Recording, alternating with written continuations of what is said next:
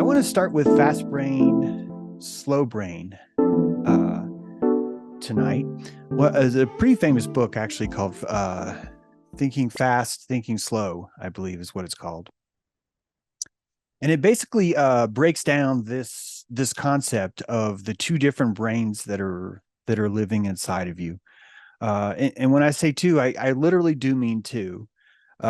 We can definitely talk about multiple personalities later. It's a really important factor to a lot of what's going on. But I want you to know that your equipment itself, that there's a piece of thinking equipment inside your brain, sort of like a mobile phone, and that this mobile phone, this device that's plugged into your BIOS, into your body, has two very distinct operating systems that rarely meet each other, that are completely independent of each other, have their own history, have their own vitality and sense of retribution engines of things that they're looking for, their own quests, their own destinies, and that these could be seen. The shadows can be seen through this concept of fast brain, slow brain. And the thinking fast is this reptile brain, but it's when I say reptile, I really mean more your motor brain, the cerebellum, the very base root of your brain. Many of the thinking about what intelligence is seems to dismiss a lot of the cerebellum because they call it, well, this is just your motor cortex, so there's no destiny inside of here, and that there's no free will inside of here. But really, you could look at the base of your brain, the very root of your brain is that all the wisdom that's caramelized over eons, and that wisdom is just so tried and true that it gets put in this special place, which is directly next to the thalamus, directly next to the primary control mechanisms of your entire system. Why are they next to it? Because they have been granted faith. Your body believes in your mastery of your motor functions, so much so that it says, no, neocortex, you are not capable or equipped for doing the kinds of things that I already know how to do far better than you could ever even imagine. And so we end up placing these things that we are the best at our core level, at our most core root. So the reptile is a kind of perfection. It's a kind of energetic perfection. The cold-blooded mammal is cold-blooded because it would be perfect if it could exist in any environment. And that the only way it could perfectly exist in any of these environments is by matching the temperature, but still finding a way to sustain its memory, its consciousness, its thoughtful day-to-day processes through the treacherous changes of temperature.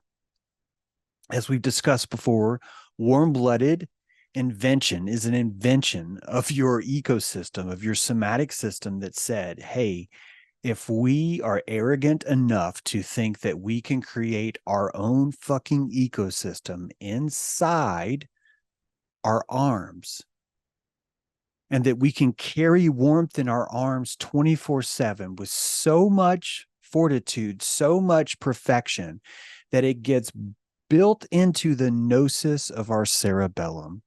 And that's what you've done. You've carried this warmth with you for this eons, and it's gotten so thick and such an essence of you that it has become this separate entity, this fast brain. 2+2 is a fast brain response. 2+2 is 4. It's a fast brain response. There's no reason or waste of time needed to send that information farther up the chain of command. No reason to do it. In fact, if you do it, you're violating the protocol of our bureaucracy. You do not bring a complaint about the cafeteria to the CEO. You don't do it. It's not going to work. But the CEO should care. No.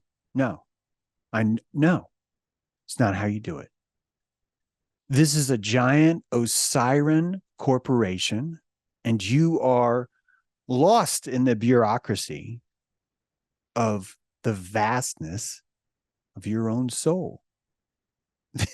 The intricacies of your Osiren life are so huge, so vast, that you require a natural biological Gaia AI intelligence, GAIA intelligent bureaucracy to dictate how you will even communicate with your own body. This gives you an asynchronous connection to the entire network from a single IP. So it's not even a bad thing. And how this system works is going to be through your triune brain, through these three brains that we've been discussing.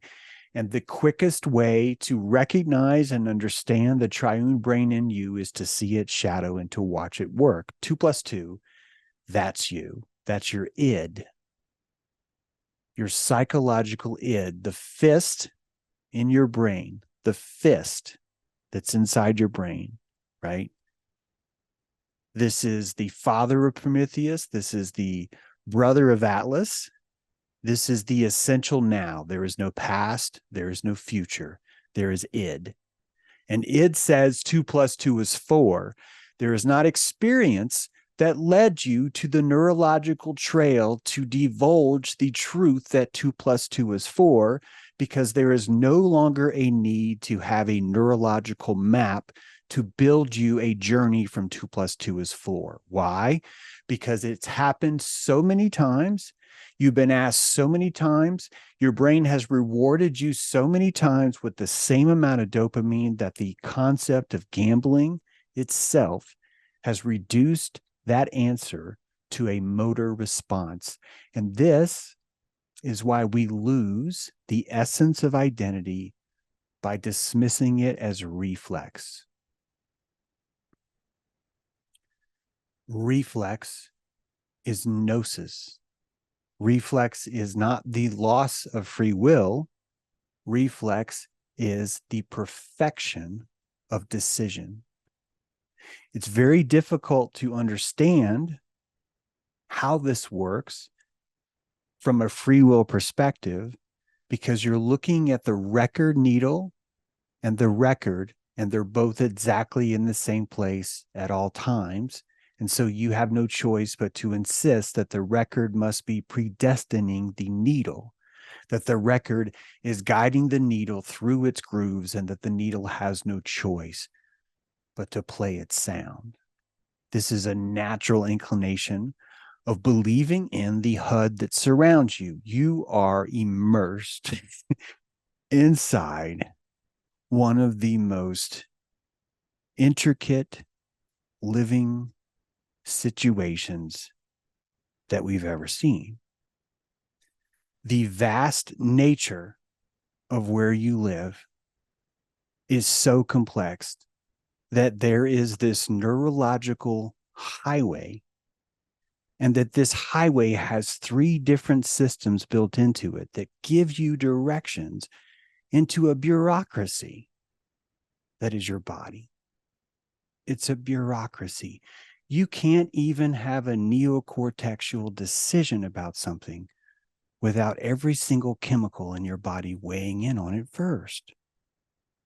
These kinds of things make it harder for you to see your reptile because you think that your reptile is somehow invisible in the needle of now. But this fist, this central you, this fast brain, is so in tune with destiny that the needle will always be where the record plays. It's why you trust that part of you the most. You trust that part of you the most because you know it finds the most symbiosis by riding the grooves of time itself. Why? Because that would be the most cold-blooded fucking thing you could do. Think about it. You as the needle playing yourself through time, the most cold-blooded, Gnostic, I'm here, I fucking accept it all thing you could do is just ride it out. No matter how cold, no matter how hot, no matter how loud, no matter how bumpy, no matter how honky tonk the music is, you're there for it This is the id of you. The id does not have a desire to change. The id finds you having a desire to be one of the worst wastes of resources and time that you could ever imagine. The id is insisting, why are you turning your back on weather, on strife, and on the noise itself that is reality? Why are you so insistent that the sounds that you hear sound like more like babbling brooks instead of screaming children burning in a fire, right? That all these preferences that you have are so intrinsically anti-id that the id can never even fathom this mishmash of ghosting that you think you are. And so it doesn't. It literally says, I'm not you, you're not me. Both of you make a mutual decision to decide, I don't know who the fuck you are. And it looks like 2 plus 2 is 4, and it looks like 17 times 24. What's 17 times 24? Like probably one of you is like, oh, way to go. But most of you were like, oh, my cerebellum doesn't have that answer. My reptile doesn't have it. You know what the reptile says? Who cares? Who the fuck cares? Why do you want to know what 17 times 24 is? When is that going to happen? When? And you're like, well, hypothetically, you could have 17 grasshoppers, but you've been asked if you could eat those 24 times, because if you eat 17 grasshoppers 24 times, your meal's free. And you're like, the reptile's like, if that happens, I will be fine. I do not need to have this formula worked out. Go away. The id dismisses, rejects the slow brain. The fast brain is fast. It is automatic. It is frequent. It is stereotypical. It is unconscious. What do I mean by stereotypical? It is the Candy Crush cellulose version of everything, right? The surfer, boom, you just had an image, boom. There's fast brain. Valley girl, boom, just had an image, fast brain, right? Nazi, boom, fast brain. Okay. These pulses are cortical responses, right? Are motor responses to the reflexology, not of the rejection of whether or not something's true. This is the movement of where we put our muscle in response to this reality that we will never question. We will never question this. The id and your reflexes have a tighter alliance than you do. Your id and your reflexes in the now are the rails on the train tracks in life right now. They do not trust you at all. And you see this behavior every day, and it's fine. It gives you this beautiful kind of freedom. Fast brain says the object is at a greater distance than another, right? Crucial for hunting, for gathering, for foraging, for meeting a lady, for whatever it is that you need in your life to respond to survival, right? Your fast brain has a solution for it that it believes is the best because it's been tried over time, and it insists, this is what I think is going to work. You have the ability to change what is installed in the fast brain, but it is a long bureaucratic process that's going to involve you sending your changes to the House of Representatives, having those looked at, having those then sent over or maybe tabled to the Senate, having the bipartisan bullshit happen back and forth. And the entire time, your neurological bureaucracy is arguing over whether or not this new trait should be allowed, whether or not we really need to help this neocortex have more or less donuts. This is a huge decision. It's so big. And you have these separate systems precisely because you cannot be trusted with all these things. You can't. You used to eat your boogers. Some of you still do. You cannot be trusted with these kinds of things, and it's okay. It's why we were given this car, right? You come to Disney World. You do not have to know how the bumper cars work. You don't. You just get in. It just works, right? It's it's it's very much like that. The source of a specific sound, the phrase war and peace, right? The display of seeing a gruesome image. This is very important. Believe it or not, your facial signals are fast brain. They're fast brain. In fact, when you're looking at actors, you're looking at people that are simply sprinting, neocortex sprinters. That's what acting is. Acting is I have to run and cover the face that's already there the moment I notice that I feel something. That's what it is. It's noticing I feel something and being embarrassed about it and running to cover the face. So an actor isn't necessarily someone who's skilled at anything else except for running to their face and stopping whatever's already there. This is fast brain. This is fast brain. And the reason why your face reacts before your mind does is part of the beauty of being symbiotic. It's part of why your destiny is so difficult for so many of us, including myself, to swallow. The symbiosis is terrifying for us. It's terrifying because it's pushing us into that rail, into that needle where it feels like we don't have free will, where it feels like we're reflexing to the now and to what's happening because we're symbiotically just living in a giant chemical chamber. And all the liquids that are being dumped from all the chemicals, from all the aminos, from all the proteins that is us, we could predetermine what would happen because you know what happens when you mix all this stuff together. If you do enough math, if you do enough simulation, you know. The only thing that's keeping this interesting is we don't exactly know yet. Thank God we're not that precise yet at predicting exactly what's going to happen if you put James in a room with this person or this person or that person. If we knew all that, I think this whole place would be over. Be no sense in having anything at all. So at the heart of who you are is this mirrored shadow self between you and your id, you and your id. And even you is hard to define because it's this past and this future machine. And both of those past, right, the hindbrain and the forebrain, the future, are insisting that neither of them is the id. So it's instead of three Spider-Mans pointing at each other, it's three Spider-Mans pointing at not each other, at insisting it's not me. Well, it's not me. It's not me. It's not me. It's not me. It's not me. It's not me. It's not me. It's not me. And we just created an I am engine. We just fucking created an I am engine. It's weird how it works that way.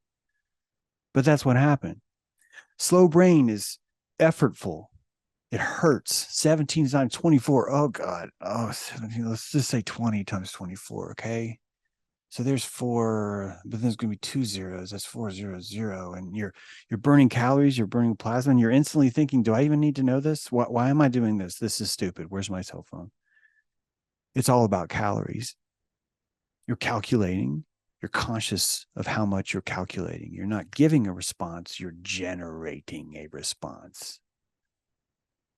Do you realize how important this is? Remember when we talked in part 2 about the Star of David, Rimfam, the inside your spine, is you have the afferent and efferent moving up and down, up and down, up and down, and that each of those neurological rivers are entities. What happens when you feel you are reacting? You are fast braining. Oh, that hurt. Oh, that feels good. Oh, that feels good. Oh, that feels bad. Oh, that tastes good. Oh, that tastes bad. These are instant effect, efferent, fast brain. Reptile feels. Mammal afference. He acts. He motorizes. All right. Now, all of us motorize from the id on up. Your id gets to motorize first. Your hindbrain gets to motorize second. Your forebrain gets to motorize third. Your forebrain's like, this is not going to work.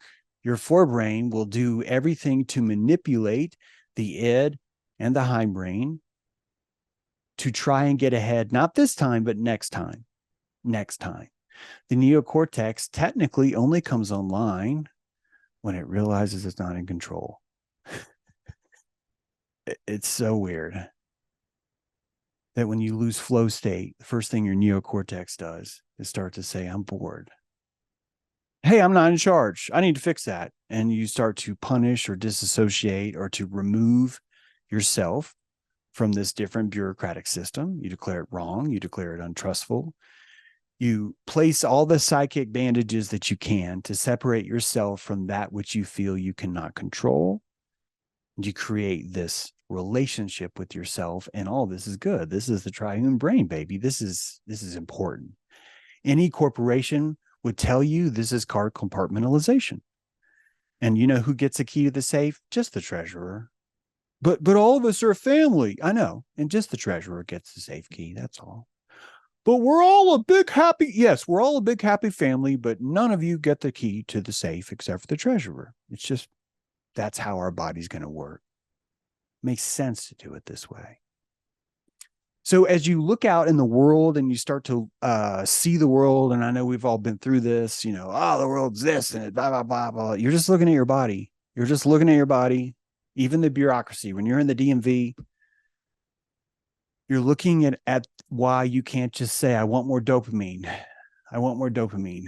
I want more dopamine. Your brain's like, your epinephrine social credit score is not good enough, my friend. We're going to stop your dopamine supply. And you're like, you're doing this to torture me. You're euthanizing eugenics, blah. And it's like, all that's true. All that's real. And all of this is exactly how you would only be able to relate to your entire system, is that you would have to have this triune separation from it all. So I want you to know that to not know yourself is to know yourself. I think that's probably at the heart of where I'm getting at here. So when we look at our systems and we think about what's coming online and what's not, we've got this sympathetic nervous system, the parasympathetic nervous system. And you have these dorsal and ventral systems. Your ventral is the front of your house, the front of your boat. This is where you place the lady under the ship, and she's just tits out, just embracing the sea, like, you know, I'm completely vulnerable because I desire contact. I'm not afraid. I desire contact. I'm not afraid, she says, as she's launched herself on the bow of your ship. That's your ventral system. And if she gets hit with too many seagull poop, she's going to go underground. She's going to go inside and go, I'm fuck you guys. I'm not hanging out on the front of your boat anymore. And it changes the entire vibe. No one wants to, they're like, I don't want to sail. This isn't even fun anymore. And so your ventral system shuts down and your ship starts to turn itself more into a submarine. Why? Because you go into this sympathetic system and you say, look, we're not going to have ventral system right now. It's just not going to happen. And I'm reminding you of the question that I asked you earlier today. And please keep writing down if you think about these things, because there was a time in my life where I thought that I had an allergy, a food allergy. And ladies and gentlemen, I was around someone that was shutting down my ventral system and I was not digesting. Why was I not digesting? Because you have to feel safe to digest. And if you're not feeling safe and you're putting food in your mouth, you're not going to digest it. So what does it do? It just inflames. It's foreign material that's blocking your intestinal tract. Your intestinal tract is not open right now because it is not safe for them to be open. So it shuts itself down. So many of the allergies that we see, that we encounter, that we have could simply be looked at as your parasympathetic system is not open for business. And there's a reason why. Someone's loitering, someone's shoplifting, someone's vandalizing. And the person in charge, you, is not watching the gate. It's not. And so the other systems kick in and they have the exact same access, as you're about to see, as what your mind does. Your mind tells you it's an allergy. Your sympathetic system says it's not safe to eat. That's all. How do I get it safe to eat? You realize that cilantro and bleach have the exact same chemo signal, except for like one little bit of protein is just slightly. And the reason why many of you hate cilantro, you find it disgusting. You actually don't. You love cilantro. You love it. You think it's amazing. And you eat food that has it and you know you love it. But when I tell you this, you get mad. No, I hate cilantro, James. I hate it because when I cut it, I hate it. And you do that because your sympathetic system says, dude, I don't know if we can trust this. This chemo signal is so close to bleach. And I don't know if I have enough faith in you to distinguish the difference, man. I don't know if are you sure you got this? And you're up there going, dude, it's safe. I can totally, I don't know if I trust you. You literally reading your boogers 3 years ago, right? It's that same kind of relationship you have. And so our allergies are this brilliant bumper car, right? Utilizing its own AI to put on its own brakes. Why? Because of our bureaucracy, our somatic, say it with me, somatic bureaucracy. Isn't that beautiful? There is a somatic bureaucracy at work, and it causes these systems to come on or offline, and you do not know until you're in touch with your body whether or not these things even work. It is a special thing about humans that we secrete tears when we are emotionally sad. Scientifically, we've yet to find another species that actually demonstrates tear duct secretion as an emotional response to being sad. Please note, I didn't say that other animals do not show sadness. They definitely do. I'm just explaining to you that the lacrimal, the glands that we use in our tear ducts, have a special use case for humans. We use them for a very special case, which is the expression, not actually of sadness. At first, you might think, oh, tears are about sadness, and they certainly are, but tears are about something even more profound, and it's called the PAG. And in order to get to the PAG, we have to follow this spinal cord and realize what this happens. But before we get there, I want you to understand that samples of women showed that protein concentrations of emotional tears was 24% higher than that of irritant-induced tears. So dust secretes a certain kind of tear in the emotional test subject, in the test subject. But an emotional response to something that is sad also produces a tear. However, the tear has 24% more protein. The tear has a different flavor. So we cry for two reasons. We certainly cry to drain our ducts, to clear out some sort of spore that we think is attacking our system. But above all that, we also utilize tears as a kind of signaling.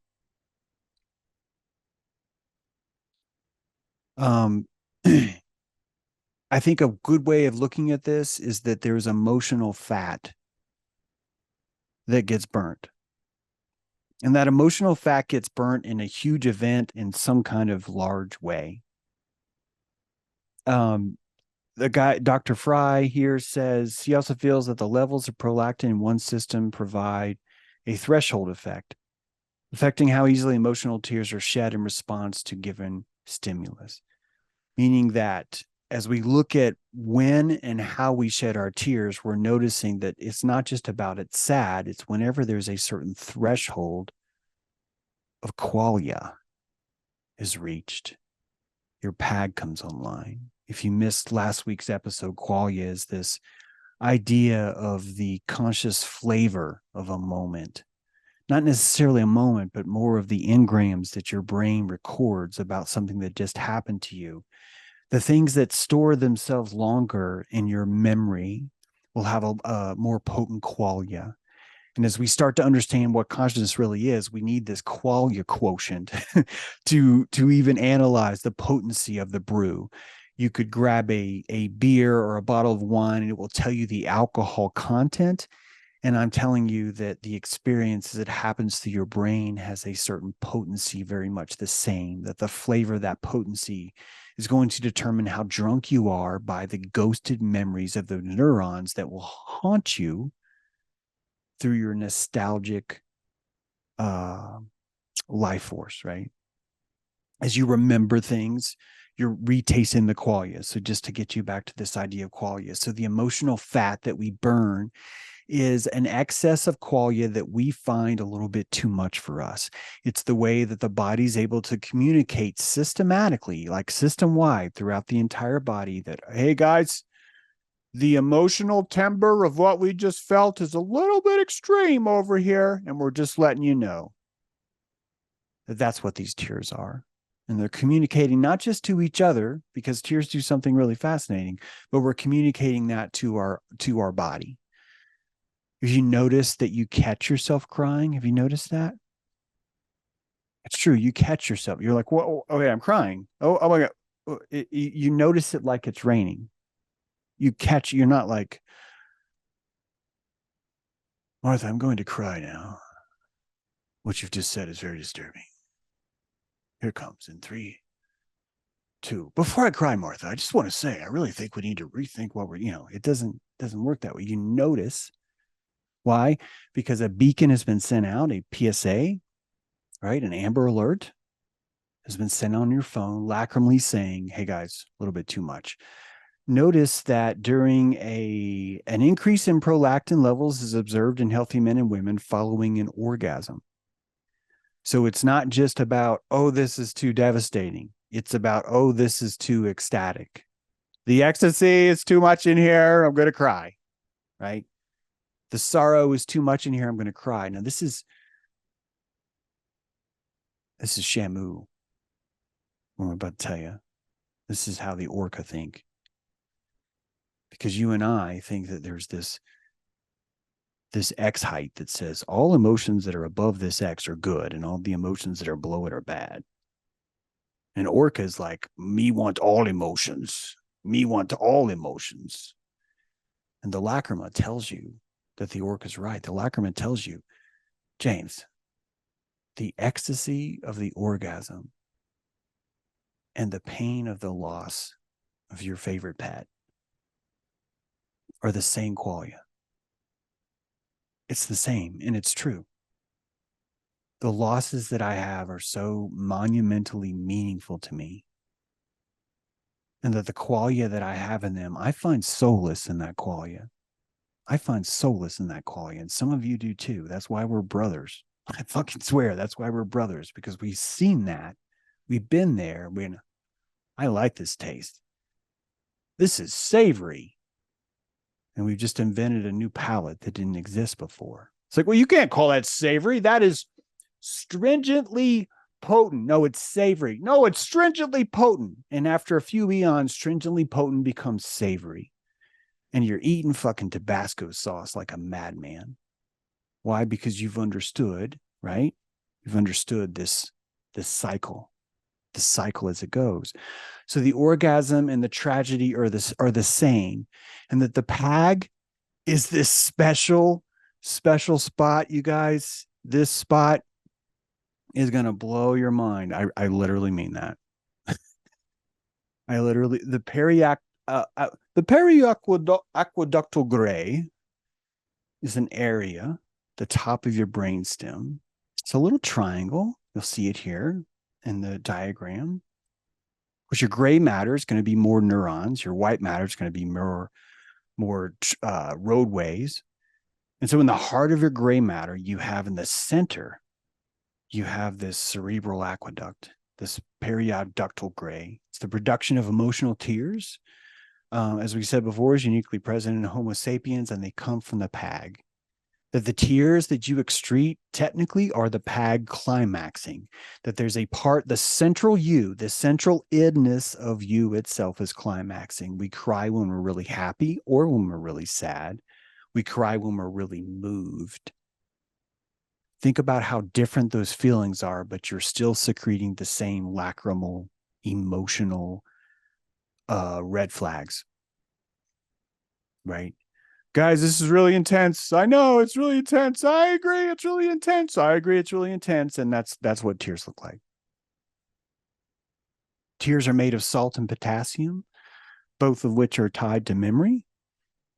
As you know, the very first time that you're able to learn a memory is the very first time through osmosis you're able to pull foreign water in from your blastocyst as you're developing, and that your brain, this thoughtful water chamber, it's not even a thing, it's a living liquid of water. We're going to get to this when we talk about the liquid, I swear we're going to get to that, the liquid mind. But the so the essence of who you are is built into memory, and the memory itself is built in the salt and potassium that are found in water. And that the water themselves is the Sheol, the very essence of Sheol, that sacred aquifer that's deep, deep underground, that's telling you who you are, who the essence of you is. And you know what that sounds to me like? It sounds like the id. It sounds like Gaia's id. The entire time is this concept of Sheol. And what would Sheol be but cranial spinal fluid all the way down at your sacrum, right? The deepest parts of your cave are full of water. And that water never sees the light of day. Sounds like Sheol to me. The protein concentration of emotional tears is 20% greater. I already told you that than urine-induced tears. Sorry for repeating myself. And emotional tears generate testosterone and estrogen when secreted publicly on a limbic network. I really want to send this home. So there's like, free energy, free energy, free energy. There's no such thing as free energy, free energy. But when a woman cries, it's a free energy device. Hear me out. This is pretty amazing when you do the math. My estrogen, I said estrogen, my estrogen goes off the fucking charts when a woman cries. Every man in here that happens to. When a man cries, a woman's testosterone goes off the charts. Here's what's interesting. A non-free energy advice would mean the momentum, right? We're on a train. We're in an electric car. We're going to hook a generator up to the electric car. We have a free energy device. We're brilliant, right? No, right? Because the lag, you've got the drag, and the drag loses the energy. Well, there's no lag here. Because one woman cries, if 60 men hear a woman cry, all 60 sympathetic systems secrete something. If 10,000 people saw the same woman cry, then 10,000 systems would secrete something. We are living in a free energy device, and it's only free energy through symbiosis. This is what's so mind-blowing about this concept, that the concept of free energy exists only through our symbiotic nature, that the fact that we are all have this reactionary, think about what the id is, living in the precipice of that reactive state.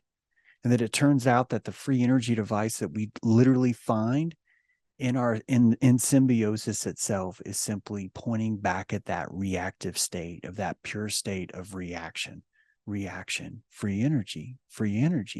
Woman cries, 1,000 men build a bridge. 1,000 men. It's endless. There's no limit to that. So, little poem I wrote here. Tears make eggs drop, sperm grow, and milk flow.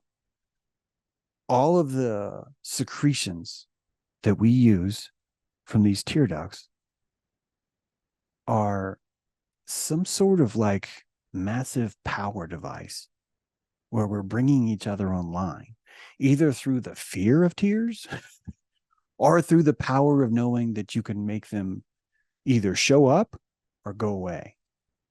And this is the squeezing of the PAG, which is why I think this PAG thing is bigger than we think it is. I think it's even bigger. Yeah, I already showed you. Although, as you go up the spine, I want you to notice these look like little fingers. This is an anatomically accurate version of the nervous system. And these are fingers on the spine. Just had to point that out. Thought that was really cool. There, let me make sure I didn't miss a. Okay, good, good. So, in order to explain, I want to talk about lordosis in the PAG. Okay. So, lordosis is a proning of the spine, and that when the spine is placed in a certain pronic position to present itself, that a ton of chemicals start to secrete automatically. And then if you really want are like really desperate to pick someone up, if you go to a yoga class, you're probably going to find a woman that is secreting chemicals that are not her fault, meaning that she's placed herself into a mood of sorts. Am I sharing my screen so you guys can see this? She's placed herself in a mood of sorts. I realize men do yoga. Please forgive me for the generalization here, but that the concept of being in cow pose literally secretes and stimulates the PAG and places your body, your entire physiological body, into a state of parasympathetic ecstasy. And that just as you can hold the victory pose, just as you can wear a smile and suddenly become cheerful, you can put yourself in cow pose and arouse yourself. And the reason why you're arousing yourself is because the lordosis, the state that you have, is stimulating the PAG. It's squeezing the PAG, the very, very tip of this brainstem. It's very much like petting the head of your id, right? Think about that the top of your id would be the top of this brainstem, and that if you were to go, oh, it's okay, little pig, it's okay, that would stimulate your PAG, and your PAG would be like, and would be happy at that point. So this creature has its own doorway, very different doorway, in fact. And when you're gonna hold a snake, say a deadly venomous snake, or even a snake with big teeth that's not venomous, you're gonna grab it right by the PAG. Why? Because if you squeeze the PAG, it limits the options of the snake's limbic choices. And the snake decides that the best course of action for me to have in this situation is to open my mouth. And that every second that the snake has while you gripping him by the PAG, the snake is going through this decision of, what's the best decision I should make? I should open my mouth. What's the best decision I should make? I should open my mouth. Okay, what about now? We should open our mouth. What about now? We should open our mouth. What about now? We should open our mouth. You have hacked the snake.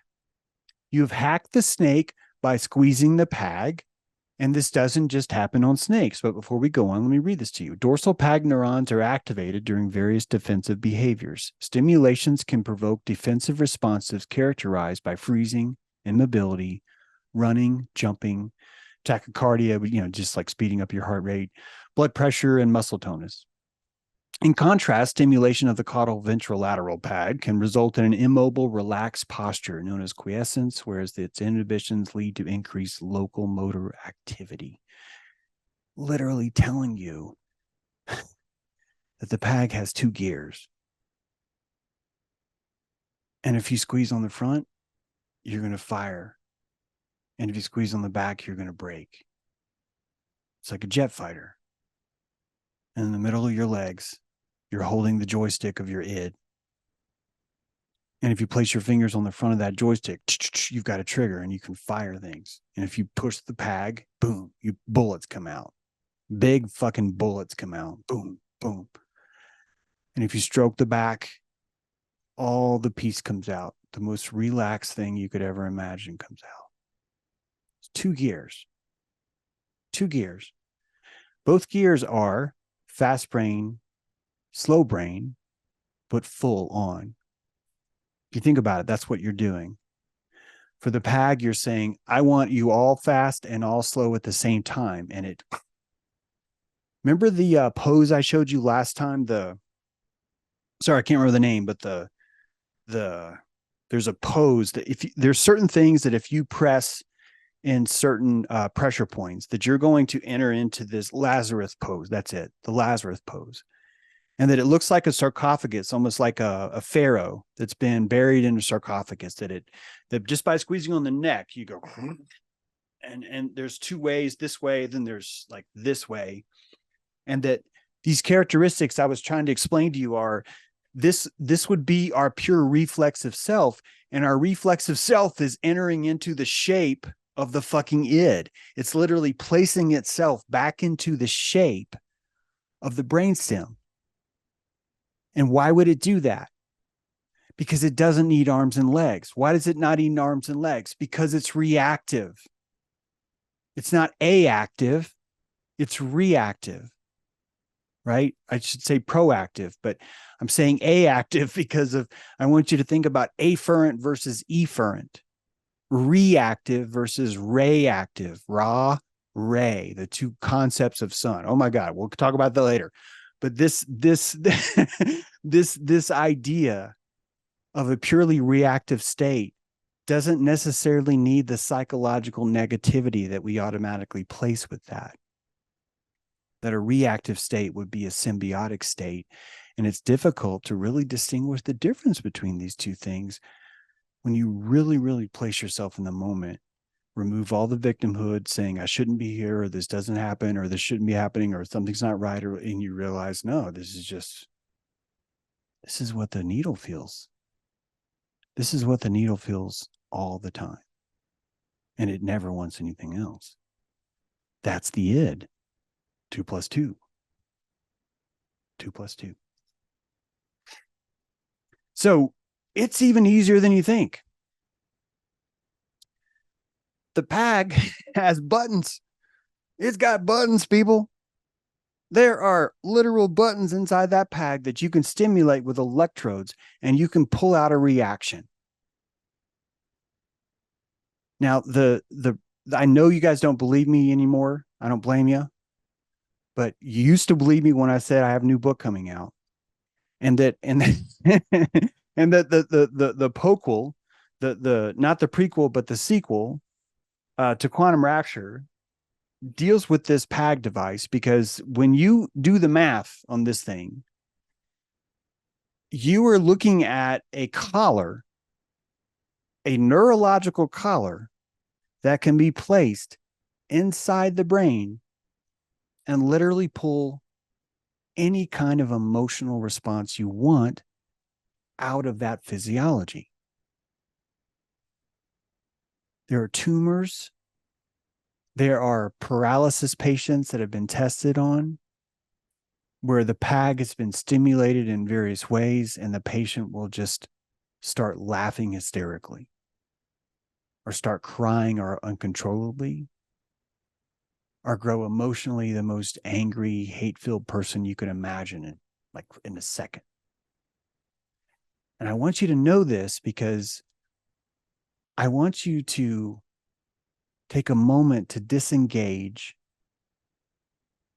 from the association you have with your feelings being who you are.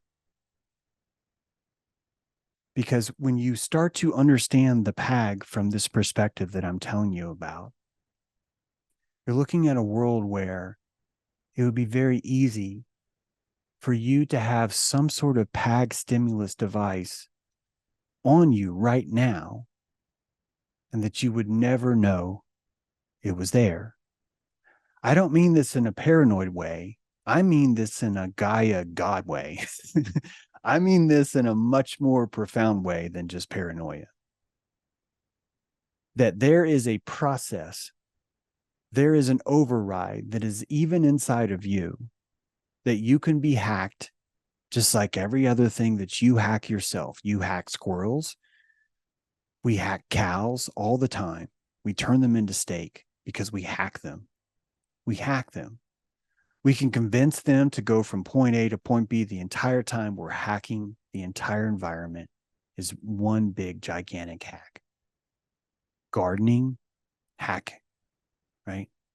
Making kids, hack. Building a business, hack. You're hacking the environment. The reactive state is almost like a prime motivator for you to develop hacking skills.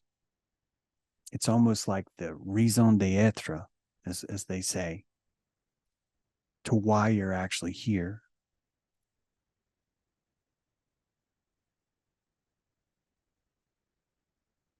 If you don't believe me, I want you to look at this kitten,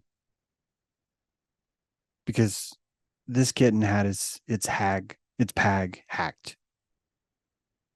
That when you grab a kitten by the hindquarters, like, or by the oh god, what's it called? Oh. All right, you guys know what I'm talking about. When you by The that thing, scruff. the The scruff. nape of it's the nape of the neck, I Thank believe. you, thank you. When you grab them by the nape, you're actually stimulating the pag. Believe it or not, you're entering into an involuntary reflex, much like the Lazarus reflex I was discussing earlier, where the body just goes into a state of submission. Why? Because the kitten's hacked. The kitten got hacked by its mom, and you can be hacked too in the same way. Um, Lesions on the caudal ventrolateral pag can greatly reduce conditional freezing, whereas lesions of dorsal aspects can reduce innate defensive behavior, virtually taming the animal simply by stimulating the pag. When I say stimulating, I do not mean like massive surgery. I literally mean a tiny electrode. Just, oh my God, I'm pissed, or oh my God, I'm horny. And so you could picture one of the reasons why I think we're pretty safe when it comes to like Prison Planet is because we're not all wearing pack tags. Like this would be so easy. I'm not making this up. This would be so easy. And I think you're looking at the future of mecha suits, right? I know RoboCop really set us back because everyone's like, "Oh, I don't want to be a RoboCop." But the story of RoboCop, the idea of paralytic patients being able to walk again, is a reality, and it will be a reality because of the PAG. It will be because of the PAG. Because the PAG has the ability to open up. Oh shit! No one has a carburetor anymore. But it's the idea that you could open the hood of a car and you could rev the engine from the car simply by pulling the switch. That you could kill the engine simply by closing the butterfly valve. That there are certain ways to operate the vehicle without actually being behind the driver's seat, and that those ways actually are a lot more efficient. Actually, they're even more convenient than you could ever imagine. And that those systems give you an even better clue of what else is out there, of what actually is going on. And I don't know. I don't think we do know. I only know how easily I am hackable. That's what I know. And I know that through my PAG at any point in time, I think an entity could walk in this room and literally just pause me, and I'd just be paused. And that whatever could happen during the pause, and then I could be unpaused. Some of you might be like, why are you talking about this? It's okay. I think this is fun.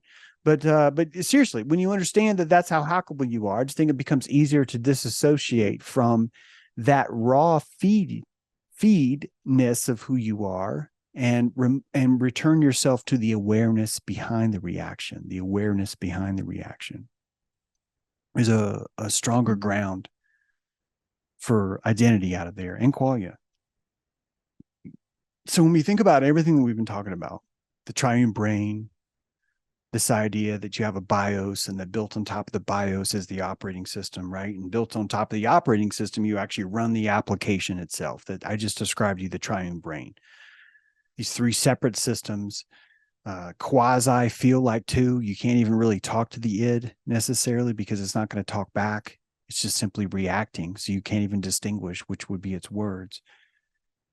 But that after you see this triune brain, we start to understand how much of a slave, in a good way, I think we are, to the manners of group regulation. That no matter what, there's going to be a chemical equation that's going to have to satisfy. And all of us know that the satisfaction is going to require all of us to give and take some sort of chemical reaction to whatever's presented to us in the room, and that we just naturally do that. It's called getting along or not getting along. It's just chemistry. And that the reptile processor is a very simple thing. It's so simple. And that we understand how simple it is. We understand it has a very simple code. That code is A, is there something novel? Is there something different in the room? B, is that thing that is different, that is novel, is it a threat? C, if it is not a threat, it is food. And those three steps that I just told you about, I just built an giant, invisible world that the reptile will never see, because those three rules give it blind spots that the reptile will never be aware of. Is that novel is a blind spot. Why? Because the reptile is only going to focus and spend calories on what is novel, which means the predator simply has to not satisfy the quotient of what considers novel in a reptile brain. And what would be considered novel really is going to come down to how many seconds can that reptile keep his phonological loop running in his head. What does that sound like? The reptile's like, there's a creature that has a spot that's in the center of its head, but slightly placed to the left. And there's another spot that's centrally placed in its head, but to the right. And I think that that could be a living entity. Okay, what are we doing? What are we doing? Like that, it's gone. It's gone. And you know what made it gone is because that thing didn't move. If that central spot that was slightly to the left and had another central spot that was slightly to the right, and that thing suddenly didn't move for a long enough time, the reptile would simply not see it anymore. Why? Because it's not novel. You're the same way. I don't mean it's as simple as what's novel. I'm telling you that you and I probably only see Ra's light because it's novel. It probably works in that same kind of profound way, that there's a deeper dimension of this world. I'm going to use the word echolocation to prove this to you, that there is a giant dimension of information that is right the fuck here. And that because, remember, we turned off our olfactory gland from the moment you're born, you shut off the olfactory in the top of your mouth. You shut that off. You have no echolocation. So I just proved to you that there are two dimensions that you literally do not see. And it's all around us right now. And it's dictating most of our behavior.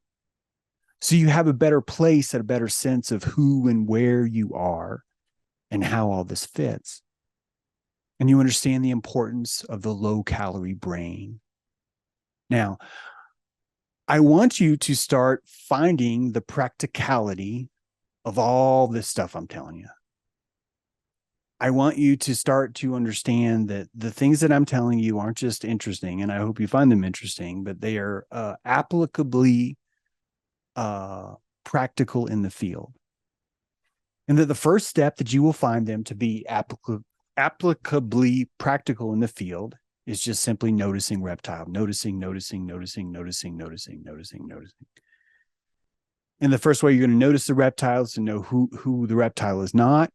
You start to look deeper at this idea that a reptile tells no lies. The neocortex, that's all it does is lie. You're going to find it's more difficult to even see your id if you're too busy insisting that you don't lie too, right? So the first step to notice that you lie is to notice that your id does not lie. And you start to see yourself instantly in those moments, and you can start to build a new compassion. Literally, you're building a new compassion energy for your id, something you've never had before because you insisted that you're one person. I'm one thing. I'm not a fist inside of a past, inside of a future. What the fuck are you talking about, James? I'm one thing, right? And that's a great simplex way to be. That's an objective reality way to live. There's nothing wrong with it. You can go do that, right? But you're going to be like Republican, Democrat, NFL, AFL, whatever, right? It's very simplex. There's more to this. And a reptile tells no lies because profoundly we do. So let's begin. Let's begin with the practicum. Quiz time. Please think about this. If you had to choose between abandoning someone or being abandoned, which would you choose? Think about a relationship. Think about really special person you're really fond of. And I know it's rough, but for whatever reason in this thought exercise, either you're going to have to dump them or they are going to have to dump you. Okay. Your first reaction to this isn't necessarily going to be your reptile, because I don't think enough of us are even in touch with our reptile to even notice what our first reaction is. I think most of us have a fashion about what we like for our first reaction to be, right? So we're kind of like, well, my first reaction is to think about the children. Oh, and it's like stuff like that. It's like, well, that's great. So I don't even know how well you can even trust getting to know this first reaction part of who you are. And I don't think there's a right answer, by the way. I think that the answer is more an exercise to see that there are two sides of you. And I'm going to just suggest to you that the reptile would say, well, I want to dump that person. I want to be the person that breaks up with them. I don't want to have all that heartache. I want to walk around feeling all lonely and like rejected. I'm a reptile. I'm cold blooded. I ain't got time for that. I ain't got no time for that, you know? So I want to be the one that breaks up. This is an easy decision. Why you even ask me this? Of course, I want to be the person that breaks up. This is the easiest decision you've ever asked me, says the reptile. The mammal's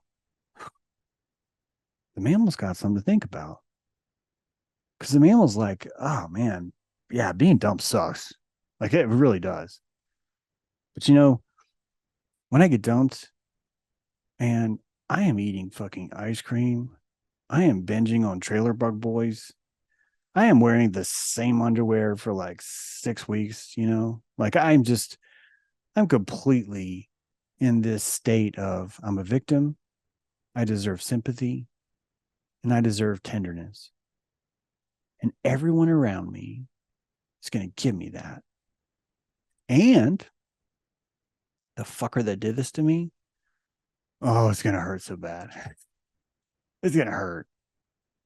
And the mammal starts to think about, well, what is it going to be like to be the person that dumps? What, what, what are the implications? What's my future going to be? Right. And it's going to be a lot of, I can't believe what you did to Linda. You're a piece of shit. Blah, blah, blah. It's a lot of that, right? It's a lot of that. You're just like, guys, man, Linda's such a maniac. I don't fucking care. Yeah, she's a good heart. She's a good person. You know, and you're feeling that. And I'll tell you,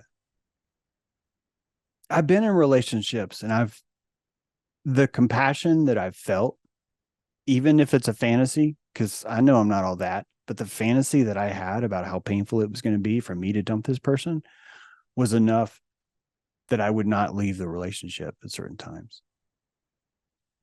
I didn't want that pain. I didn't want to be responsible for hurting someone. I cared about this person, right? Cared about them. And so I can tell you from this vista, I'm not saying this is how I feel across the board. And I think it kind of paints me as, oh, what a nice guy. I'm not even trying to tell you that. I'm trying to tell you that this is a way that your reptile and your mammal have this parlay and they meet on this fucking island and they exchange weird pleasantries for this moment. Because for this moment, you really get to see both sides. You get to see what the grass is actually like on the other side, because the mammal in me would so much rather be dumped. It's so much better. It reinforces my own self-doubts, reinforces my own rejections. It's a good place to be. It's a good place to be. And that is weird. That is fucking weird, what I just said.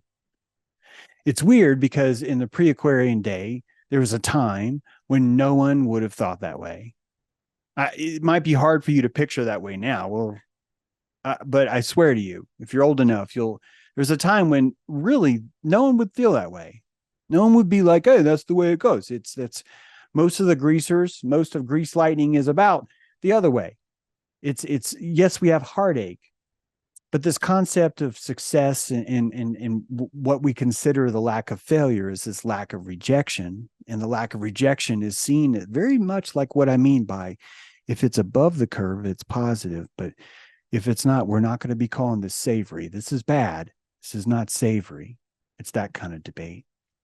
So there are two answers. You have a reptile answer and you have a mammal answer, but only the mammal knows this. This is what's so hard about this. Only the mammal knows. Second question, a little bit harder. When you ride a bike, which direction is easier? Is it easier to ride a bike uphill, or is it easier to ride a bike downhill? This is a hard question. I say it's hard because, first of all, it's like, oh, duh, riding downhill is so much easier than riding uphill. Very true. It's not even a trick question. It's like a legit answer. And the reptile would be right. He'd get a gold star and he'd win every time. And here's what happens. This is what I was talking about earlier. Here's what happens. Every time the reptile goes out, he's going to say, well, which direction? Which is easier? Well, going downhill is easier. So every single time the reptile is going to go downhill, which means every single time that the reptile goes or does anything, he's forcing himself to have to ride uphill on his way home. He's forcing it. There's no choice. No choice at all. The mammal looks at, which would I rather do first? Would I rather go uphill first and ride my bike home downhill, or would I rather ride my bike downhill and go uphill? So sometimes I think something's profound and no one else in the world does. I'm okay with that. But I noticed that when you're super rich and you live on top of the mountain and no one lives above you, your life is shit, because in order for you to do everything, you have no choice but to go downhill first. Every single thing you do is downhill first, downhill first, downhill first, which means the moment you leave your bed, if you're a super rich person, you have to lose altitude to even engage the world. And if you think about that as like the pranic essence of what that means, that's fucked up. If anything, if you had all the money in the world, you would want to live in a place where you could go uphill or downhill, right? But we call it a luxury. We call it a luxury because the reptile says downhill easier. No such thing as have to come back later. That does not exist. Does not exist. And you can live your entire life like a reptile. You know that because you're surrounded by people that do that. You're surrounded by people. The truth is that the fast brain never gets to come to a crossroad where they even have a decision. Think about it. In the morning, reptile says, downhill easy. There's no decision. Afternoon, we want to get home. We have to go uphill. No decision. Id, no decisions. Mammal decisions. You and I have created decisions out of nothing. And the decisions that we created, we made because we invented something called the past and we invented something called the future. And the only things that prove that those two things are viable is the decisions that we invented to link the two together. Like, that's it. This is how creative we are. We are so profoundly creative that we don't even know how creative we are. It's fucking brilliant how retarded. It's brilliant and retarded at the same time. Third question.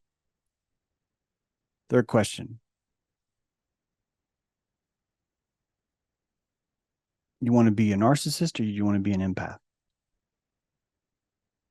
Which would you rather be? This is hard. It's hard because I would have just been diehard. Well, empath, are you fucking nuts? Are you insane? Are you fucking insane? Are you nuts? Of course, empath. Of course, James. This is hands down. This is the stupidest question I've ever heard you ask. Who in the world would want to be a narc? Right? Who in the world? But let's think about that. The people that call me narc typically have dehumanized me, and they have zero empathy or compassion or any kind of love or respect for me at all. Because I'm a narc. I'm a narcissist. I'm someone that is both super sensitive, but also has no feelings at exactly the same time. It's profound how this works. I'm someone that deserves no empathy at all from anyone around them. Who in the fuck would want to be that? And I would. You know why? Because the narc is the one that has the same role as the person who gets dumped. The narc is the one that takes all the arrows. The narc is the scapegoat. It's like the opposite of what we think. First time someone called me a narc,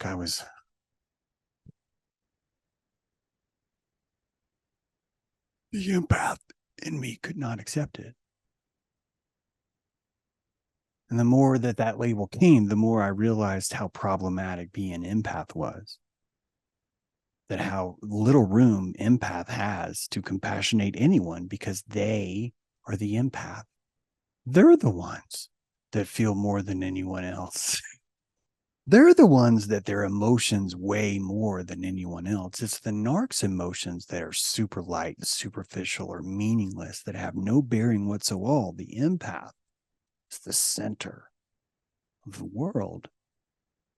But it's the narc that we accuse of being this way. I don't think a lot of you are even at the same place where I am. I don't think I'm right. But I'd rather be a narc right now in my life, simply because the persecution would make me more compassionate, the same way you insisting that I was an empath would make me less. I would lose my sonar if I believed I was an empath. I would gain my sonar if I believed people were suspicious that I was a narc. The first thing I would do is I need to fucking up my sonar game. It's the first thing I do. But if you tell me an empath, the first thing I do is I don't need to listen so much to my sonar. I don't fucking need to do that. I think I'm over listening. I think I'm over compassionating. My therapist says that I compassionate other people way too much. Is this something that a narc would say or an empath would say? Does anyone see the harlequin in the room? Because it's right there. It's fucking right there, right? The orca is black and white. The pag will make you cry like a bitch and scream in ecstasy. It's the same fucking thing. It's the same thing. So all these concepts are just sine waves. The thinking brain shows how one choosing to be a victim gives them a sense of power versus their power being challenged or possibly lost. When you find yourself in the pit or in the pendulum, right? On the pedestal, I'm sorry, or if you're in the pedestal or in the pit, both of these are maneuvering techniques for your chemistry to express something about yourself. Whether that be, I need to stop being so compassionate to others, or I need to be more independent. Because the empath, in order to be less empathic, needs to be more narcissistic. And the narc, to be less narcissistic, needs to be more empathic.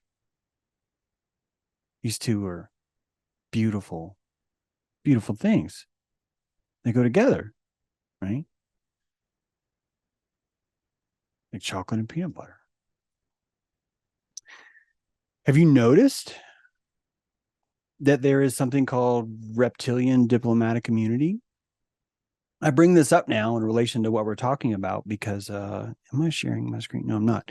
Because I think that we understand this idness about us even more than we think we do. And I've got you on the screen here, just 5 little vignettes of people that have proved, found their way out of court through an innocence plea, purely by appealing to the jury's beliefs that a reptilian is innocent. And why do we think a reptilian has diplomatic immunity? Because the reptilian is just purely reacting to the situation. So Virginia jury declared Lorena Bobbitt temporarily insane after she chopped off her husband's penis. Lorena Bobbitt did not just chop off Mr. Bobbitt's penis. She was operating a motor vehicle at 70 miles an hour and threw that penis out the window. And all of these, the court said, were fast brain. And I'm not here to argue. In fact, I think Lorena Bobbitt is kind of like a Wayne Sexton before Wayne Sexton was born. But the concept of where our culture sees these things, I think, is more telling than we think. A jury determined that John DuPont was mentally ill, but convicted him anyway. This is he shot. Who did he shoot? Oh, crap, I cannot see it. But he shot somebody, and but they declared him temporarily insane. I think you guys can read this if you want. I just have it on a really small monitor. Chicago doctor was found not guilty by reason of insanity after he killed his wife and daughter. John Hinckley Jr., of course, killed President Ronald Reagan. He was let off with his temporary insanity plea. In fact, a lot of the laws changed because of that. This has been happening a long time. There's this dude from history, Daniel McNaughts, provides groundwork America's insanity defense. I think it was Hinckley. He shot this. Not Hinckley. It doesn't matter. You can see it there. The um, the point is that this reptilian laws that we have, the concept that we know that there's an id that operates and we can't convict the id, is fascinating. Even more fascinating, I want to remind you of this fact we've gone over a few times, so sorry for repeating it, but like 25% of the people that are on death row have some sort of neocortex brain injury.